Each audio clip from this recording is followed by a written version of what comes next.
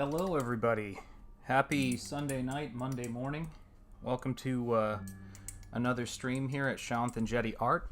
I am Shanth Enjeti, and I'm working on a piece for Book 2, my second art book, Shanth Enjeti Art, Rigor Mortrex. And the link is in the description for that book. Hope everybody's having a pleasant evening. I am in a bit of a spooky mood as I work on this book, and it's a lot of fun. I spent the better part of the day wrapping up more of the pieces for Book 2. I scanned them into the computer, kind of looking over things, making any last-minute changes or corrections on this stuff. And just want to make sure everything looks really nice together, which is a different phase of looking at the art than just considering it on its own terms. And this, let me see if I've got my speaker on, because a couple of streams ago I forgot to plug in my mic that I bothered to get so that the audio would be better, and that was really frustrating to hear those streams where I left the mic unplugged. But I've been watching a lot of fun stuff. I'm kind of already getting in the Halloween mood. The semester, the school semester, and my teaching starts this Wednesday, if I'm not mistaken. And I'm looking forward to that. Looking forward to meeting my students and doing demos for them and critiquing their work, taking a look at it, and giving them their assignments. But it's been really chilly up here in New England. Really chilly. And, I mean, for this time of year anyway. It's not August weather by any stretch. And that's great, because I love chilly weather. I love Halloween. I love this time of year. So that's where I've been. I've kind of been in that mood. And so this piece right here is really come a long way today. It's inspired by the Headless Horseman, and in particular, both the artwork of Frank Frazetta and then the Mary Blair concept illustrations. So there's a lot of influences in my work. But today I was watching some live streams, and some of the live streams I was looking at were taking place with people walking around. Let me move this down here so you guys can see it a little better. Were people walking around Disney World and the Magic Kingdom, and it was really enjoyable to see people go and check out attractions like the Haunted Mansion, and I have really fond memories of that when I was a kid. And it's one of those things listed on my special thanks for this book, because I really, kind of, it was the ultimate haunted house, and for a kid who was crazy about Halloween, it always puts me in a good mood to see that ride, and it was a lot of fun. So I've been checking out a lot of that stuff today. That's been a huge part of my day, and then looking at, scary movies and talking to my kids about, about Halloween and all of our great memories about it, and my wife and my great memories about walking around theme parks and things like that. And if there's one thing that, I don't know if I've ever said this on a stream, but that I want my artwork to call to mind, it's that kind of feeling, that kind of theme park going into a world, kind of vibe, where you feel like everything has been well thought out for you to kind of step into a world and enjoy it. And so this piece has really come a long way towards that. And I'm just, right now, just touching up the value and the color. I wasn't happy with where it was going because it wasn't as good as I felt like. I know I say this a lot, but it's the truth. It wasn't as good as I felt like you guys deserved. So I went back to work on it. And, a lot of it has to do with scanning it in. It's not arbitrary. It's not just randomly trying to make more work for myself. Heavens knows it's not the way that I prefer to work. But it is important to me that these images are the best I can do for the time that I'm creating them in. So, adding in these details, like being under this kind of broken sort of surrealist staircase and getting that cape to be a rich red, and getting the horse to look a certain way and the smoke coming off the skull to look a certain way. I want the piece to feel like it was done by hand. I'm not trying to make it look how do I word it? I want to say artificially perfect, because I do work in Photoshop and I do work in digital as well, but I don't want to make it something that is trying to be perfect to the point, or clean to the point to where you don't feel the artist's hand on it. Because I love artist's edition books and things like that, where you can really get a sense of what was involved in making the piece. And I know that people who collect my work and collect my art books are the exact same way. So that's kind of the fun of it, is letting people in on my process. So I don't want to mask the process too much, but I do want to make it look good. So to that end, I also am not there we go. I'm also not ever skimping on detail. So that's what it is. But I love listening to this kind of music and this kind of, mood music while I work. It helps me to stay in the mode of doing this stuff. And what's cool about this piece for me, one of the fun things about it, is that you've got the character, and the character has scooped up this woman, and the character is, of course, the Headless Horseman, and the way that he's carrying her, her head almost looks like it's the head of the Headless Horseman. And that was the idea that really got me excited about this piece. That was the hook for me in terms of what got me excited about it. So that's pretty much what I've been chasing as I've worked on this piece, is trying to make sure I bring that all the way to where it needs to go for, it to have this right feel to it. So, and the rest of it, all the painting that goes along with that, is very labor intensive, but it's all based around that initial idea for how to make this a compelling piece. And this piece is called, if I can get this to line up, this piece is called Bride. I think it was Bride? I forget the name of the piece. No, it's Bride of the Hollow, I think is what it's called. It's a little late, and I've got a lot of Bride pieces, and I've got a lot of pieces with certain themes on them, and I kind of always am playing with very similar words, because my work sort of has certain reoccurring themes on it. So here we go. But I was just finished watching Michael the Choice Voices stream. He gave a really great stream. He was talking about a lot of cool stuff in entertainment that I can relate to, so that was really nice to see. My wife and I both watched it, because sometimes we'll just hang out and watch streams, or I should say we'll watch television shows, and then when I get a chance to watch something, I'll put on one of my favorite YouTubers, and she'll indulge me in it. And she follows everybody's work pretty well. It's she knows what everybody's up to.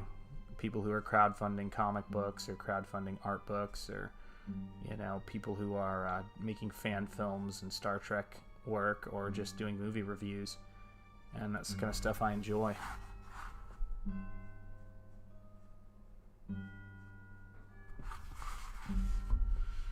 There we go. That's looking a little bit better. So I'm going to pull that hair on the tail around, and what you can see is, with those lines on it now, let's give it a second to focus. Come on, kiddo. See if we can get it to work. There we go. With some of those lines on the tail now, you can really get the dimensional quality of it right there. There we go. And suddenly, for me anyway, it's got that quality that it needs to have for me to consider it having achieved immaculate reality. You feel like you know this world, and that was a Kurosawa phrase that I really like. This idea that you step into this world, and I just erased the pencils because I always pencil my signature out before I sign it. And so that, my friends, is, I think that this piece is pretty much where it needs to be. I'll take a look at it in the morning, but I think that's where it is. Which means that it's time now to move on to wrapping up Cthulhu-Stein. And this is a piece that is fairly sweeping and fairly epic in terms of what is involved in it. And so I've got some work to do on it to get it to be where it needs to be. And this will involve some rotation of the piece, all sorts of fun stuff. So let's see where this one goes. And this piece I come back to, I scanned it in, looked at it, seen where it needs a little bit more detail, needs a little bit more. You can see me working upside down to get my angle right on my hand here so that it's easier for me to make marks, because when I'm doing the actual work on this stuff, sometimes in my streams you'll see me keep everything level, and that's so it's easier for you guys to see. But when I'm finishing a piece, I'm rotating it. When I'm working, just felt something hit my head. I'm wondering if my hair is in the camera. I think I just hit the camera. But when I'm finishing a piece, I'm rotating it so that I can get the angle right, because this is the direction that a right-handed person's hand wants to move in, out and away for a crisp line. If you're a left-handed person, you work in the opposite direction.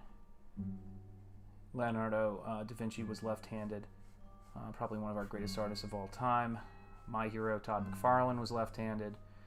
Dave Stevens, creator of The Rocketeer, was left-handed. My studio mate's left-handed. It's interesting. I'm a right-handed guy, and a lot of the artists who inspire me have turned out to be left-handed. Manny Pacquiao is left-handed. Yeah, I got a lot of favorite southpaws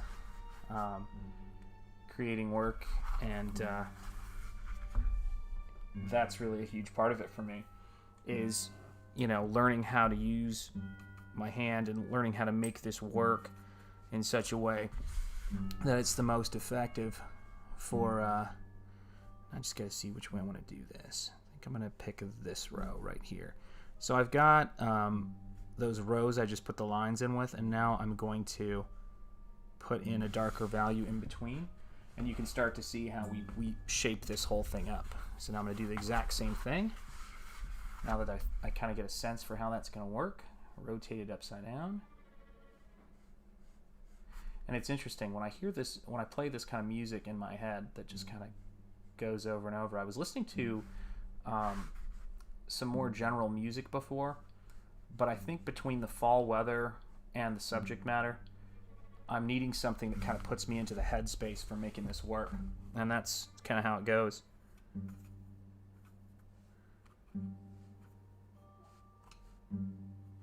Try to picture the stuff I'm painting as if it's a soundtrack, you know, or this is the music I'm listening to is a soundtrack to what I'm painting.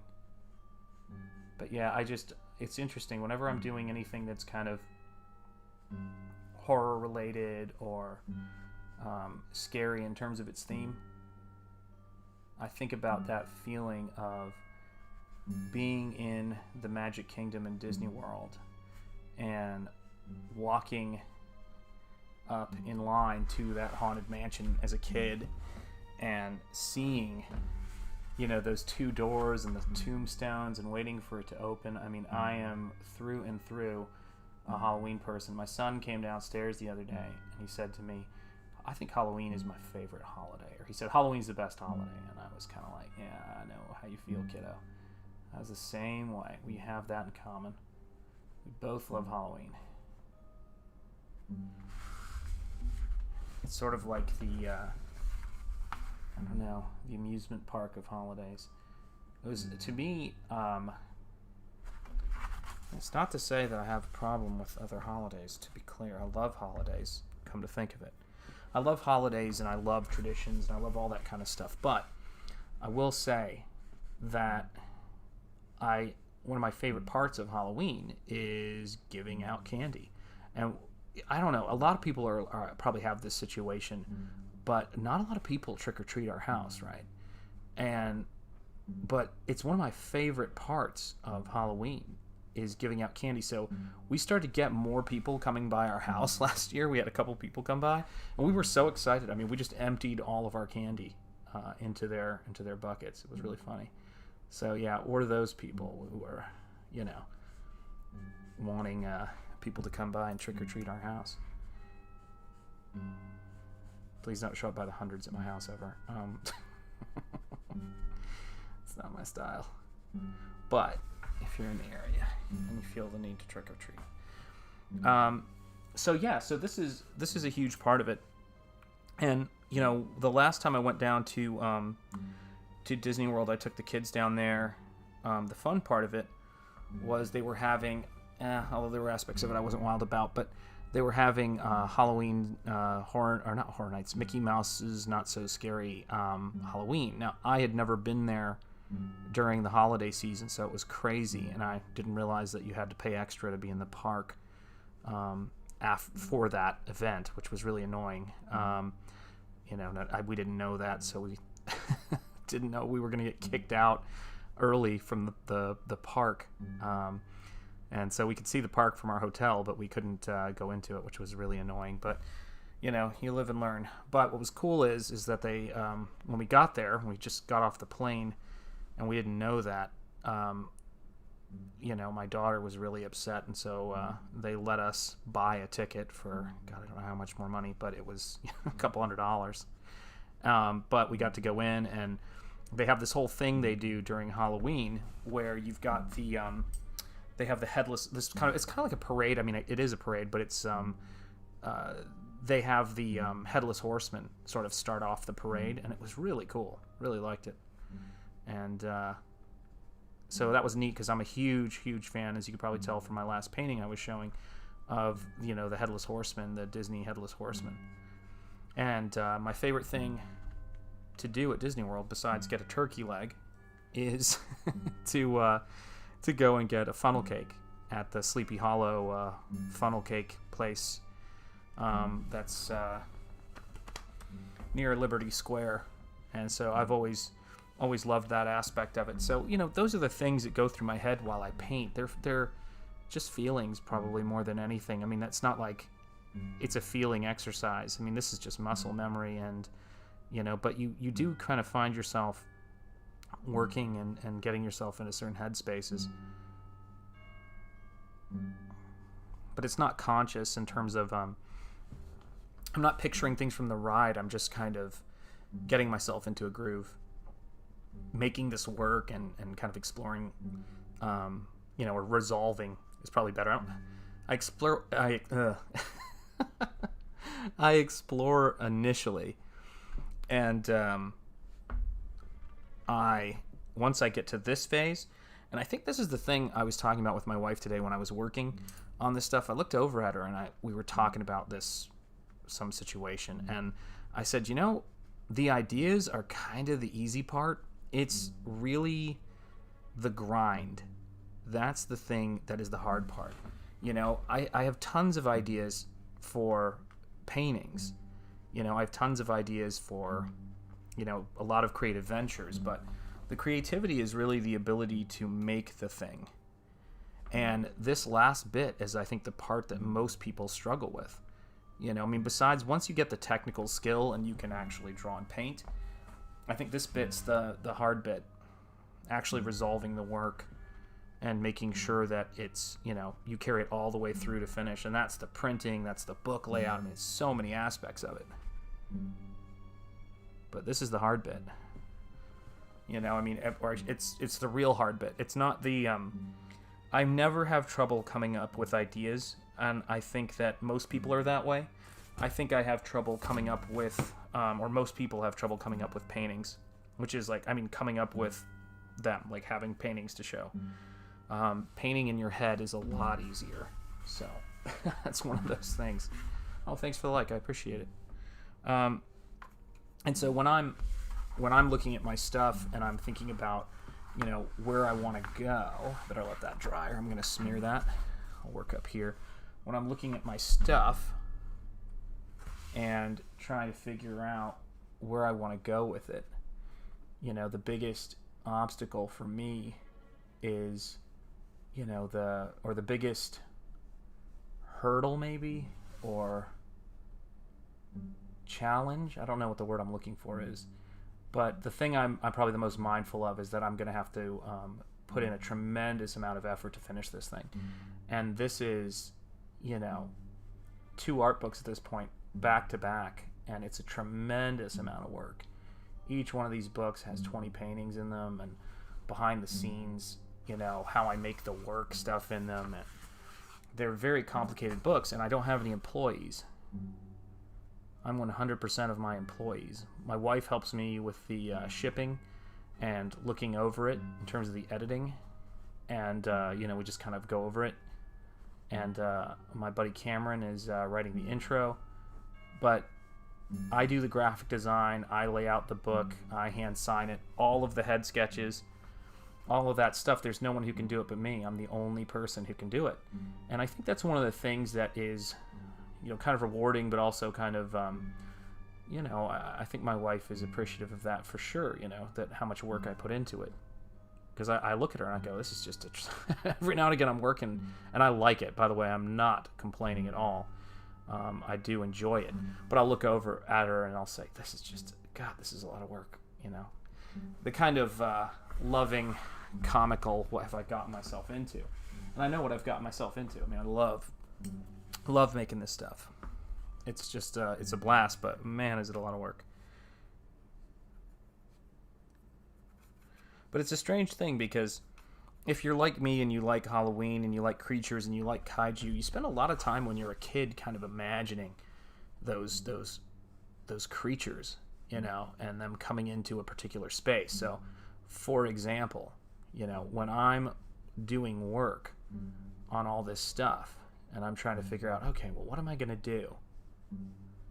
What's this piece going to be, or what's going on? I have these memories of walking around the neighborhood on Halloween, and I know this is going to sound a little weird, but hoping I would see the Headless Horseman. Hoping I would walk down a street and then suddenly there would be the Headless Horseman. I just thought that kind of stuff was so cool. You know, and they're kind of the Halloween imaginations that a lot of people have who are into this kind of stuff. And when I do fantasy work, it's kind of the same thing. I try to paint a world that I would find engaging if I were in it. There we go. See, if I put this dark value down, this really, really dark value, and all this stuff is freehand, but if I put that dark value down right there, it helps pull that into the foreground. And before it was a little bit too light. It was missing some of the value it needs to come forward in space. And that's my biggest job, is to kind of create that sense of space that it needs with things like this. So I just go in and I'm putting in those outlines. And, you know, I gotta say, I mean, sometimes you learn how to hold the brush, which is a huge part of this, the muscle memory. If I think about it too much, I'll make mistakes. And sometimes I'm going to think about it too much. But the big factor for me when I'm doing this stuff is just kind of not thinking about it and just letting the muscle memory take over. This is not I don't have much of a thought process at this point. Just putting it together. There we go. Nice. And yeah, I'm looking forward to Halloween. I'm looking forward to I think the coming fall. I really am done with summer. I like summer, but I'm ready for fall. I need a change in seasons.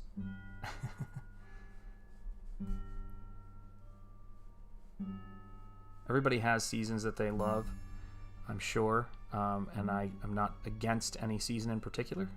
I do like the winter.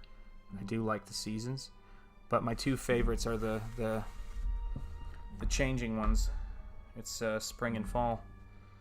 Summer kind of feels like it's an apex, and winter feels like it's an apex. But between those two pendulum swings, those are the holidays that I enjoy the most, and those are the seasons that I enjoy the most. Let's see if I can get that in there a little bit better. There we go.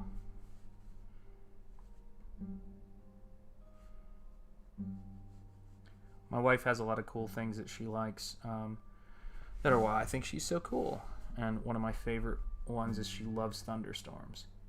That's the kind of stuff that makes for a fun person to be married to all these years.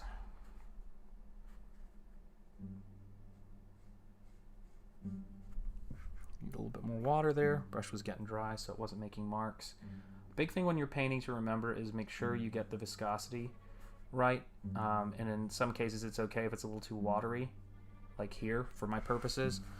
But you don't want it to be too thick or it won't move and it won't cover ground.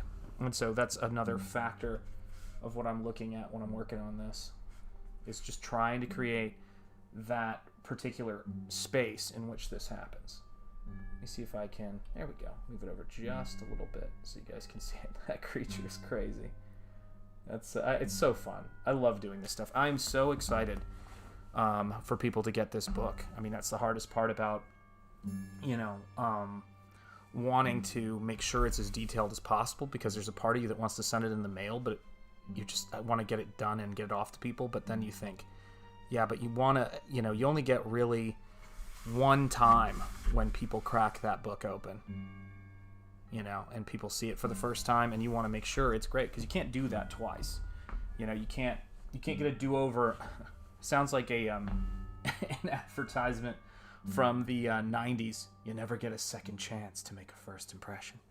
But, you know, people who've gotten the first book know what my books are like, and you know, I'm hoping this to be a step up, but I really want it to feel like that first book where you open it up and you go, why have I not seen this artwork before? It's because it's only on my Instagram. It's only on my YouTube channel. I mean, these books have got to be one of the lowest, in a great sense. They have a very low print run, and that's kind of cool.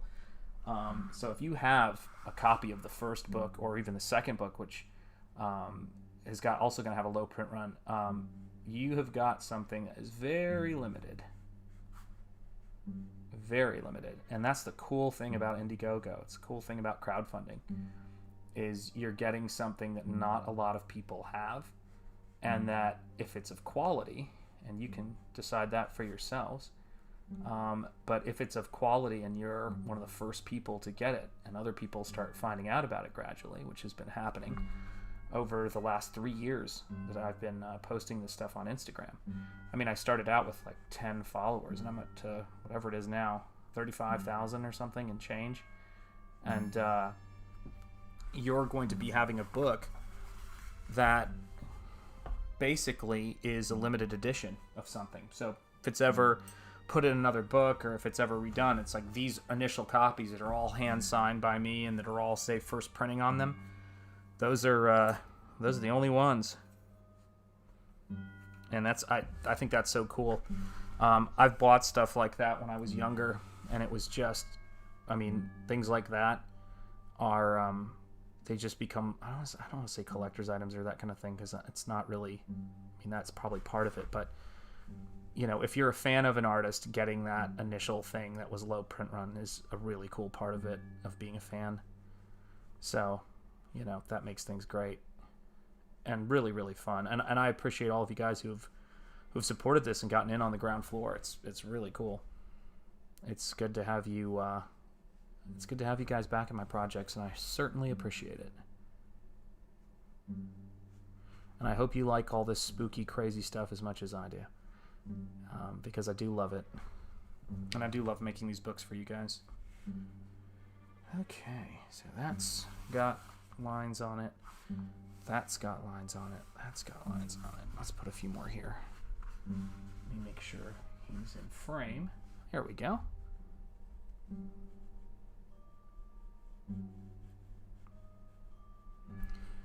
And it'll probably be a quiet stream tonight, because I know a lot of people have got work tomorrow. My wife's got work tomorrow, and I've got work starting this week, and I'll be definitely in work mode this week. But that's okay. I want to make sure I'm streaming as much as I can, because I'm trying to get myself in the habit of doing it, because I really do think it is where we as artists have a responsibility to be if we're promoting our stuff and we're doing independent projects. And that's absolutely what I want to be doing with my work. I want to be doing independent projects and crowdfunding them for as long as I can, because it's just a great way to work. You guys get work that doesn't pass through anybody else. It's just as interesting as I can make it. And that's the cool part of it. There's no editor, there's no nobody overseeing it. It's just and saying, oh, you have to do this, you have to do that. It's just work that I get to make that's as creative as I can make it and as interesting as I can make it. There we go. There we are. And so, I feel like this light is getting away and kind of annoying me. See if I can get that on there. There we go. That's a little better. A little easier to see.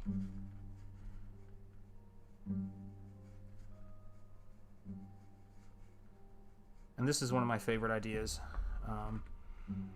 that I've come up with. It's obviously inspired by Frankenstein and H.P. Lovecraft and all that kind of stuff. But putting those things together like I wanted to do has been a lot of fun. And I'm enjoying it. I'm enjoying working on it. I have, when I picture my projects and my artwork, I'm always thinking about, again, movies I'd like to see, stories I'd like to tell, and this is absolutely an example of that. And I want to this book, when you get this book, the cool thing about it is there's so many hints at stories. It's almost like the pieces in this book are inspired by books that you haven't read yet. They're like book covers to books that don't exist. Or old stories that have never been written.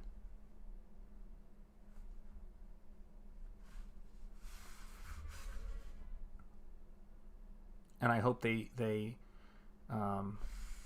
inspire you to think and about, not think in terms of like it's homework, but I hope they inspire you to kind of imagine is probably the word I'm looking for. I don't care how much you think as long as you have a good time with it. Think as much as you want to or need to. I think everybody could stand to do a little less thinking every now and again, especially when you got a lot on your mind. I think that's what this artwork is for. It's not a lecture, It's not going to tell you to have to do something. It's going to tell you you're appreciated, and a lot of care has been, put into this book. That's the goal of it. And I appreciate your support. And a lot of that's going to come through too in, the way we package our books and the way we put it all together. I mean, we put a lot of time into that because we value our audience and we want to make sure you guys get a great experience out of it. Look at that. That world coming together right there. There they are. There's the creature. Fun stuff. Okay, let's see if we can get this in here.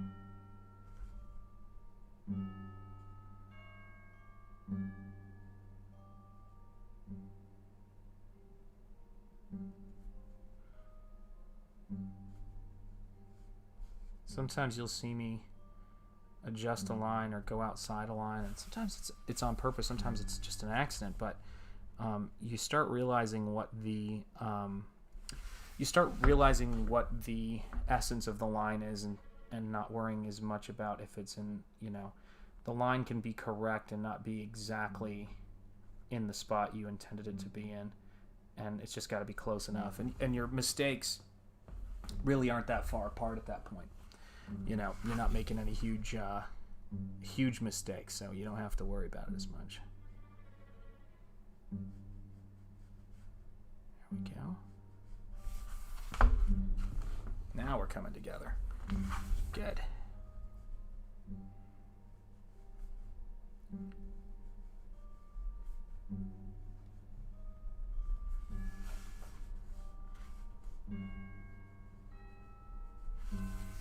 Yeah, there we are. Nice. Starting to come to finally. When you hear me say that about my work sometimes, I look at it and go, oh, it's not that I think it's the greatest thing ever. It's that it feels like you're dodging bullets when you're doing this kind of stuff. You know, you just think, oh gosh, because everything you add could, create a problem somewhere else. And it's the most difficult part of finishing the work. It's why finishing the work is so hard. Doing the initial work or rendering out one particular area is so much easier than doing a pile of finished pieces, and that is what this is going to be. It's just a huge, huge pile of finished pieces. It's a bad lead up for a positive thing right there. So, there we go.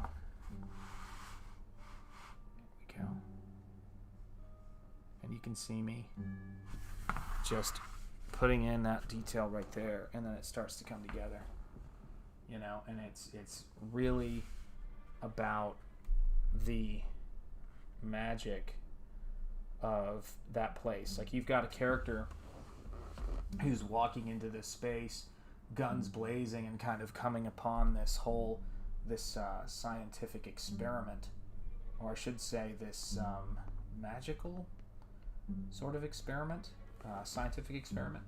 And the character kind of comes into this space, but at the same time you're coming into this space, and that's a huge part of this. You're coming into this space, you're seeing this world, and you're like, what is happening? And this creature is kind of coming to life as this doorway opens and this huge thing kind of comes through it. And I mean, that's the stuff that I think about when I'm listening to great books and suspense books and weird fiction and all of that kind of stuff. As I work, I'm always thinking about those worlds, those really cool places. And it's a blast. I like I said, I am so thrilled that this book funded. Cannot tell you how excited I am to be doing the second book, and I am going to take a nice break when I get to this book shipped off. I'm not going to do another one of these for a little while until I can build up some more work, because this is, as fun as this is, I'm not going to do a collection of new work. Probably take a little bit of time off. I don't know how long, because I love to work too much. That's the problem. I just love doing this too much. There have been times in my life when I've been really frustrated with art making, and I've said to my wife at various points, I'm like, I'm done making art. Can't do this anymore. It's exhausting, and sending out artwork and rejection letters, or doing paintings and not knowing where they go and all that stuff. During the I haven't had that problem in a long time, it feels like, but I still remember it very clearly. And she just look at me when I say those things, just kind of like go, yeah, oh, absolutely, sweetie, I understand. You're done being an artist. She knew I was going to come back and keep doing it, because I've been doing it my whole life. I don't know anything else. I mean, I've been teaching for this will be my 17th year. I've been married for 20 years, and I've been a dad for almost 15 years of 2 kids, twins. And I will tell you right now that this is the oldest relationship I have, is my artwork and me. My kids and my wife are definitely the one I would prioritize in a New York minute. That's the way it is.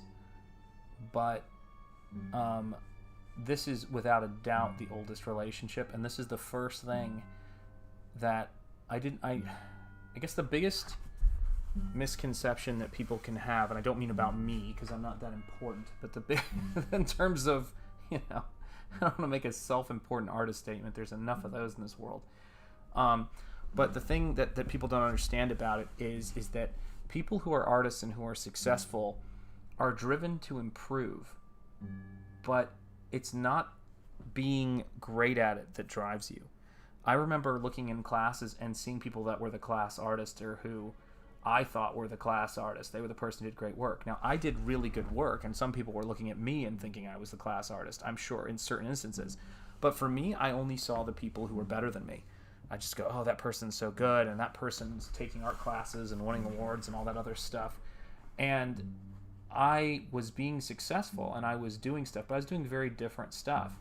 And I didn't didn't make artwork because people voted me, class artist, or, I got art awards or anything like that. I wasn't even thinking about that. I needed to do it. I needed to get better. It's that simple.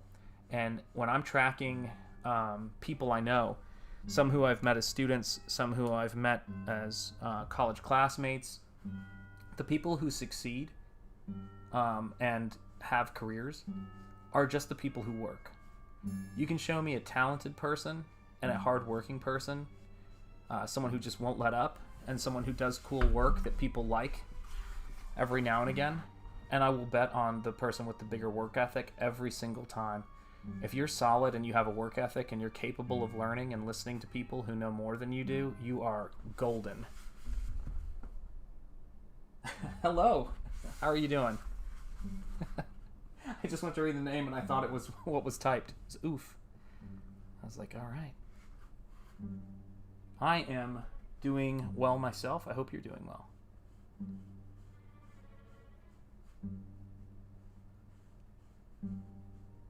Here we go. There we go.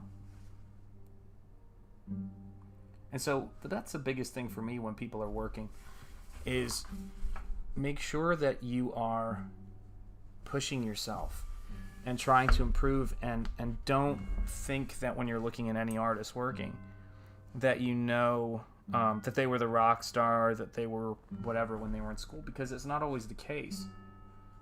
Some of the people who have had the most direct careers didn't know what they were going to do a couple of months before they graduated from college or high school or whatever it is. And some people have known their whole lives. It's very strange how that works. But it's really the work ethic. That's what it comes down to. There we go. That's getting there. So now I have a choice to make, because I have two similar values right there. I've got two similar values, and that can't be. So what I have to do is I have to move one of those values further than the other one, and it will change the depth. So right there, I darken this up all the way up. Put a little bit of a nice wobble in there to create a light. And now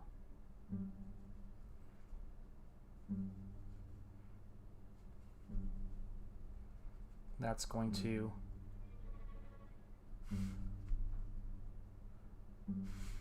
remove it from that particular background area right there. Whoops, can't see it. Hang on. There we go. That's going to remove that from that space, and it's going to move the cylinder that I have right there back. And so what I can do for fun on the other side is I can take this and I can put a dark value on this side and move that over. And by moving that over,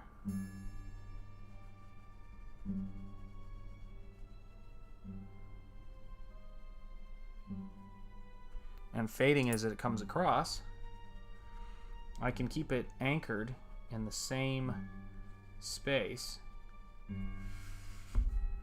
and put them both into the foreground. And that is the fun of this. I mean, to me, skills and knowledge are everything. They really are. I remember hearing somebody say this when I was a student, and it's terrible advice, or it's it's a completely inaccurate framing of how the world works. And that what was said to me was, the world is filled with people who have skill and knowledge. The thing is people with ideas are the rare thing. And the fact is that people with ideas are everywhere. People who put the work in and have the discipline to finish their work and to learn the skills are actually incredibly rare. You know, and the best example I could give you is it's like saying, gosh, what's a really good example? Oh, here's one. Surgeons are everywhere. The world is filled with surgeons. What you need to figure out how to be is one of those rare people who get sick. It's absurd. Everybody gets sick. There's a shortage of doctors, not a shortage of people who are sick. And that's the reality of it. It's just laughable. Every art director, every person on a project where you're getting hired, if you're talking about that, whether it's concept art or anything else, that there's people there with ideas. They're looking for people who can bring those ideas into reality. How long have you been drawing? I started drawing for hours like last year. I'm sorry I read so incredibly slow. I've been drawing since I could hold a pencil. And so that would be, let's just say ballpark it and say probably about 5. And I don't mean that in the sense like, how do I word it? I never had any formal art training before until I got into college. So I think that's an important part of it, to make sure I state. But I was just drawing and trying to copy things that I saw. And it's so I would say 39 years, but 39 years. I self-published my first comic when I was 14, so it was just a terribly basic kind of thing. But yeah, I've been doing it for a very long time. If you want to know how long I think it takes to get good, if I'm dealing with a college student and teaching college, which I've been doing for a while, anybody who's motivated to improve, you can get competent in 4 years if I'm teaching you. That's just the way it is. I'm saying that only because I've taught college for 16 years. This will be my 17th year. And for however long I do it, the thing about it is that here's the best way I could put it. I always tell my students, or sometimes, hopefully I'll remember to do it this semester, is when it comes to painting and drawing, or painting in particular, if I could teach myself how to paint and understand painting, I can teach anybody, because I wasn't natural at it. But I would say the biggest thing for me is it's not how long I've been doing it, it's how long I've been studying it and getting feedback. So there's this person who talks about how to master things, and his name is Anders Ericsson. And he wrote a book, and he's a scientific researcher. And I'm trying to think of what his particular branch of science is. But his ideas were popularized, although inaccurately, by that idea of 10,000 hours. And what he talks about is you can't learn and you can't improve unless you have a mentor figure who's there with you and saying, you got to do this, you got to do this, you got to do this, you got to do this. And mine was Brian Stelfreeze. And you have to have information and knowledgeable people talking to you about it, and that's where you start to learn really, really quickly. And so for me, that's the best advice I could give people, which is most of my big jumps as an artist have come from receiving feedback that's very specific for my work. It's things like, here's how you do perspective. What I was just showing right there, with I have one value here, one value there, and another value there, and different colors, and that creates that sense of space. So that's the stuff that is really important. I just accidentally flicked paint on there, but it doesn't matter. It's okay. That's the fun part of this. I think that's the best part of it is that it's like this. It takes a person, and hand control and developing your hand control is a major factor. It's just a muscle memory thing. It takes about as long to learn how to make artwork competently as it does to learn a language competently. So imagine you're trying to learn Spanish if you don't speak Spanish already. Or you're trying to learn how to speak English, which, depending on what language you're coming from, English can be really difficult, or really easy maybe, depending on. I've heard from a lot of people it's a tricky language to learn. But the amount of time you would expect it takes for you to be able to competently communicate with someone is how long it would take to learn how to do art. Now imagine you're trying to learn Spanish without talking to someone who speaks Spanish, or without having somebody correct you in how you speak Spanish. How on earth would you learn the language? If I gave you a book or gave you some films to watch, it would take you 5 or 6 times as long. Actually, if I didn't give you any films and said just learn Spanish occasionally when you hear it, that would be hard. With books, movies, tapes, how to learn Spanish stuff, you're going to improve. But if you're completely immersed in that language and you're living it, it's going to take less time. So if you were living in it, it might take you 2 years to get competent with somebody teaching you. if you were studying it off of tapes and talking with someone and hiring someone to teach it to you, it'd probably take you to get fairly solid at it a couple of years. Art's no different. It's training how to make sounds, and it's constant correction. No, you said the wrong word there. No, you said the wrong thing. That's all it is, and art's the same way. So the less criticism you get for your artwork from somebody who knows how to get people to improve and teach them, the longer it's going to take for you to get good. Hopefully that helps even remotely. I know you weren't asking me that specifically, but let's see here. For hours like last year, I just started drawing for hours last year. Yeah, good. It's the best thing in the world. Draw like crazy. Absolutely is. Study everything that you can possibly study. But remember, try to draw something and study from something that you know what it's like, and try to recreate it accurately. Because that's the only way you're going to be able to improve, is if you have a target to measure yourself off of. Sort of like the big secret for doing this stuff. Oh yeah, absolutely. Oh, absolutely. I mean, I often say, it's you don't ever want to find yourself in a situation where someone's giving you a car and not explaining to you gas and brake and what the signs mean. And I mean, you need somebody with you doing that kind of work. And that's huge. Really huge. And my mentor, Brian Stelfreeze, and he has some great videos. He doesn't produce a lot on YouTube, but there are some great videos of him working. Brian Stelfreeze. It's BrianStelfreeze. And Brian Stelfreeze is one of the best teachers I could have hoped for, and I just met him at a comic convention, and he was kind enough to take some time and teach me, and I am forever grateful for that. And yeah, I think it's just, and I was also, I mean, again, just as far as this stuff goes, I was also a really appreciative and humble student. That's a huge part of it. When people told me there was stuff wrong with my work, I didn't freak out, or I didn't defend myself. I just said, okay, well, how, I didn't even say, okay, well, I was like, how do I fix it? I'd be like, yes.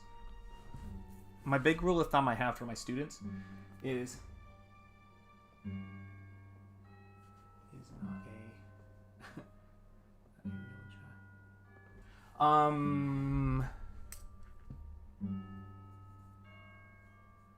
that's a very good question.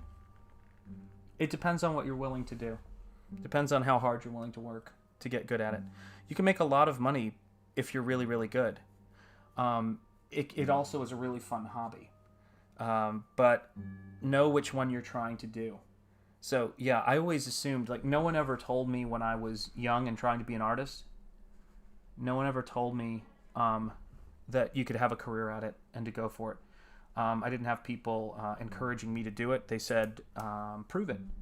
So I had to be the best I could possibly be, and it served me really well. The people who tell you that it's hard to make a living as an artist are absolutely right. Like animation. Yeah, animation's really hard to get into. I know people who work in animation. And a lot of people, actually, who work in animation. And it is a very, very difficult field. Very difficult field. Now, when I say that, I don't say that in a way where I would discourage someone from going into animation at all. But you have to... okay, here's a good way I'd put it. If I were to come to you... Actually, no, I'm old, so... So, at this age, there's a lot off the table. But if someone were to come up to you who was younger and say, I want to be a professional basketball player, right? Think of the not the obstacles, but think of what a high bar that is. It's like being an Olympian. Working as a professional animator is a very high level of skill. And if you're willing to do the work and get the skills and do it, then you can absolutely get there. But I always say this, is that by the time I was 14, I'd self-published my first comic book. By the time I was 16, I'd self-published my second. And by the time I was 17, I had applied for a pro job. I was very, very driven. People were still looking at me and saying, is this really something that you can make a living at? And they were right to do so. It is a tricky thing to do. but there's something kind of that should, I always say, I always consider, or I was always pretty good at considering people's opinions when they gave them to me, and said, okay, well, this person thinks this. Let me take a look at it. And so, yeah, if you can get a job in animation, it's a totally legitimate career to go into. It's just not easy to do, if that makes sense. You know? And I find it the best metric I can give anybody for being an artist and making a career at it is, if you make artwork where people look at it and say, I want to spend money on this, then you can make money at it. It's that simple. But if people look at your work and they don't pay you for it, but they're like, hey, that's nice, or hey, I like that, or blah, blah, blah. It's how do I word it? You have to be able to have people want to buy your work. That's what it comes down to. But I would say this too, is that almost any profession, anything you go into is really, really difficult. I know that's not the most whatever thing, but I think I've listened to a lot of professionals and a lot of highly successful people, and they all have told similar stories of, you know, people going, how do you make a living at that?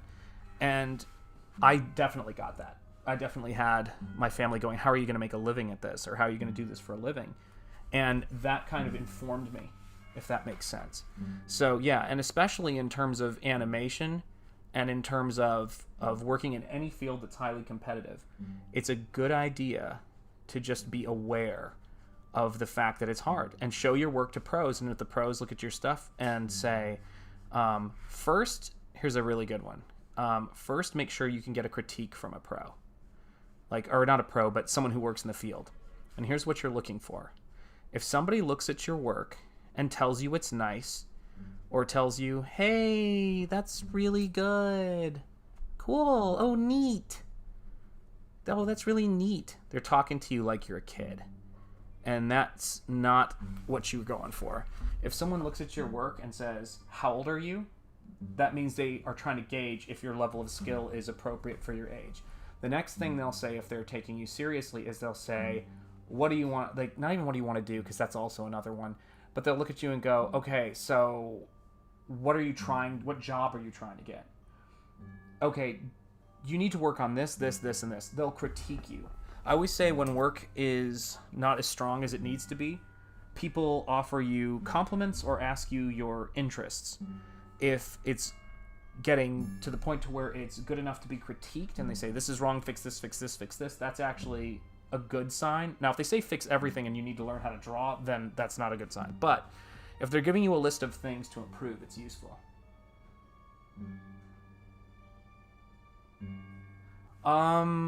No, confidence doesn't. They might be good at confidence. Actually, let me say this. It depends on what you mean by confidence. But that whole expression, you've got to fake it till you make it, is absolutely absurd. You don't have to be wildly confident. You have to be wildly competent. You have to be good at making stuff. I see artists who are hugely successful professionals. Yeah, well, there you go, right? It's how do I word it? And the best is also a weird term. Here's the best way I could put it. When I see somebody who, I'm just trying to think of some of the people I follow who are amazing, like Jen Art and all these people. When you see somebody who's really good and they just draw this incredible portrait of somebody, and it's absolutely accurate, and I mean like not just accurate like, you know, a student's level of accuracy, but you look at it and go, oh my gosh, that's an incredible portrait. They're making money. They're going to make money with their ability. And if you see someone who's incredible at perspective and draws really accurate buildings and it looks like you're there, or knows 3D modeling and can build 3D models in Blender or whatever else out of high school or out of middle school for that matter, they're probably going to be able to get work and do things. If you look at certain artists, you'll see some of the artists I follow who are really, really good. I have no idea how confident they are. All of their social media and all of the stuff they're doing is just posting art or them working. Those are the only two things that the successful people seem to have, is they create a lot of work, they study, they're good, and they're productive. So it's like productivity, discipline, and quality. Those are the only things you need. So yeah, confidence doesn't play a big role. And confidence sometimes, when people are really good and they can throw down, they gain respect from their ability to make work. Their confidence doesn't play a role in it at all. If you hit your deadlines and you put in a ton of time and a ton of work, nobody cares how confident you are, or anything else about you. And so, yeah, I see a lot of people who are confident who shouldn't be. I see some people who are confident and absolutely should be. I see some people who are insecure about their work and shouldn't be. And I mean to say, like, it's obvious. You look at their stuff and they're incredible.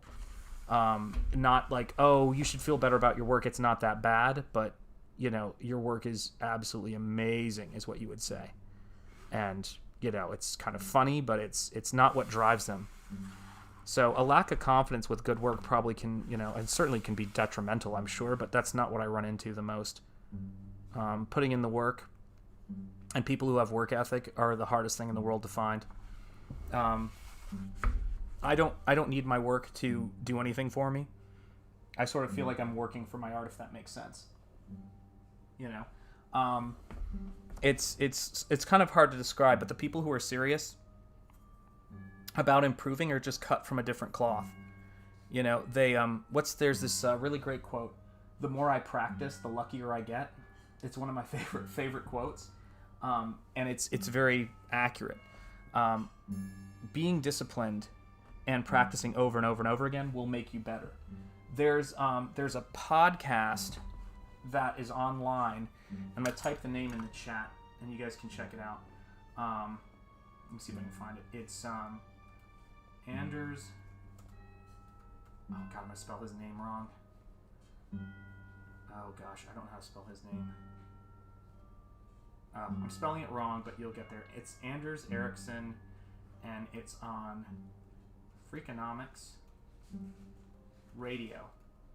And on it, you will see he talks about what it takes to master things. And Anders Ericsson talks about this woman who was a clinical psychologist from Denmark who decided that she wanted to learn how to be a better singer in her 40s because she always liked to sing when she was young. And in 2 or 3 years of practicing, and she sounded dreadful, and her kids made her schedule it for times when they wouldn't be around. She disciplined herself, and she got in touch with a great teacher. She did all of these steps, and she was able to sing to a incredibly proficient level. Started getting together with songwriters, wrote her own songs, and released an album, I think, within like 5 or 6 years in Denmark. That's the kind of discipline. And if you watch that, that will absolutely tell you what role. It's just work. If I were to go outside on any given day, the best way I could put it in terms of the odds is, would it be easier for me to find more confident people or more people who are highly skilled? And confidence would far and away be the easiest. So when you get into that category of highly skilled people, you find people who are confident, who are less confident, but everybody is good. Everybody has technical proficiency. And I would say that this may go to the first question about, can you make a living as an artist? If you're really good and you do the work, there's actually and you're incredibly good and you're needed by people. I can tell you there's a shortage of people who are able to do the work at the level that people trying to hire need. So if you're one of those people, it's pretty tough not to have a career because there's so many people. Daughter's going to bed. There are so many people who are looking for skilled people. People who actually work, will show up on time, and produce a tremendous amount of work. So yeah, I mean, if you're willing to do that, you know, and put in that time, I mean, I wouldn't be a teacher if I didn't think it was possible for people to do it. Spent 16 years of my life and hours doing it, and that's time I could be doing anything other than that. I'm not saying I want to by any means, but I love doing what I do.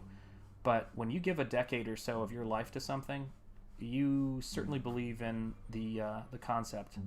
And so my wife and I are both teachers, and we really believe in the fact that people can learn these skills and improve. And I wouldn't be doing this if it wasn't for all of the work that I've been putting in on my stuff. And my attitude is, I'm going to try to do as much artwork as I can possibly do with the time I have. And my interest is in putting this artwork in front of people who are motivated by it, inspired by it, and want to buy it. And so that's the goal you want to have. And you want to create stuff that people look at and say, how much is that? I'd like to buy that. That's the key. And it's easier than ever to put your work out there. And so it really is one of those situations where, you're going to see a lot of incredible artists out there who are having an easier time being found, no matter how introverted they are, whatever's going on, as long as they have the confidence to work hard, produce work, improve their work, and show their work. Produce your work constantly, improve your work diligently, and show your work to people humbly, and you'll be good to go. None of those other factors will be a problem. Hopefully that's helpful, and hopefully that sounds good. All right, gang, I am going to go get some rest, and this bug is crawling across my painting. That's the serendipity. He's trying to be a part of the scene. So I'm going to be knocking off for the night and getting some artwork done. But thank you guys for joining me on the stream. Have a good night. Take care, and I will see you soon.